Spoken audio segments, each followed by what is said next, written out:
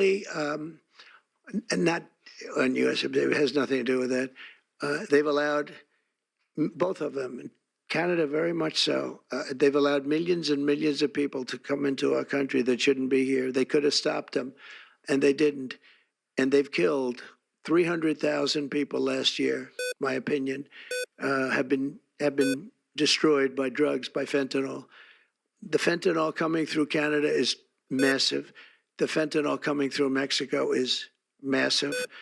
And people are getting killed and families are being destroyed. I mean, the son gets killed and the family is a basket case for the rest of their lives. I mean, I've seen mothers that thought they'd heal.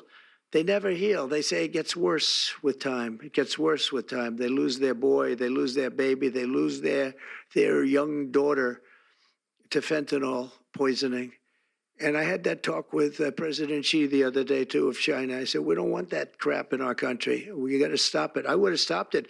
I had a deal with him where he was going to give the maximum penalty, which in China is the death penalty for drug dealing.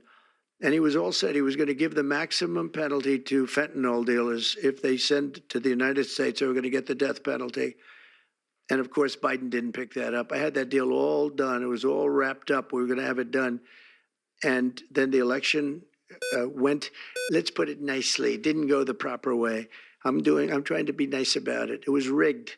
And we had an incompetent president elected, and he never followed up on that deal. But he should have followed up, because if they got the death penalty, they wouldn't be sending fentanyl to Mexico, Canada, and other places. How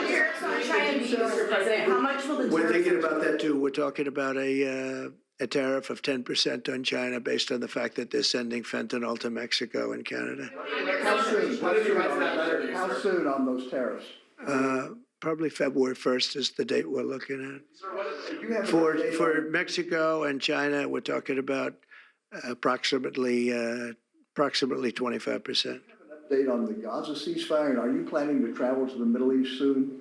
We're thinking about going to the Middle East, not yet. We have a thing called the hostages are coming back going on right now, and they are coming back. Some of them have been very damaged. You look at the young lady with her hand practically blown off. You know how that happened, right? Did you know how that happened? When you find out, you're not going to be too happy because it was terrible. But the hostages are starting to come back. If I weren't here, they wouldn't be back ever. They would have never come back. They would have all died. If this were done a year earlier, if Biden would have done this deal a year and a half, 2 years ago, or frankly, it should have never happened. October 7th should have never happened. Nobody should be dead.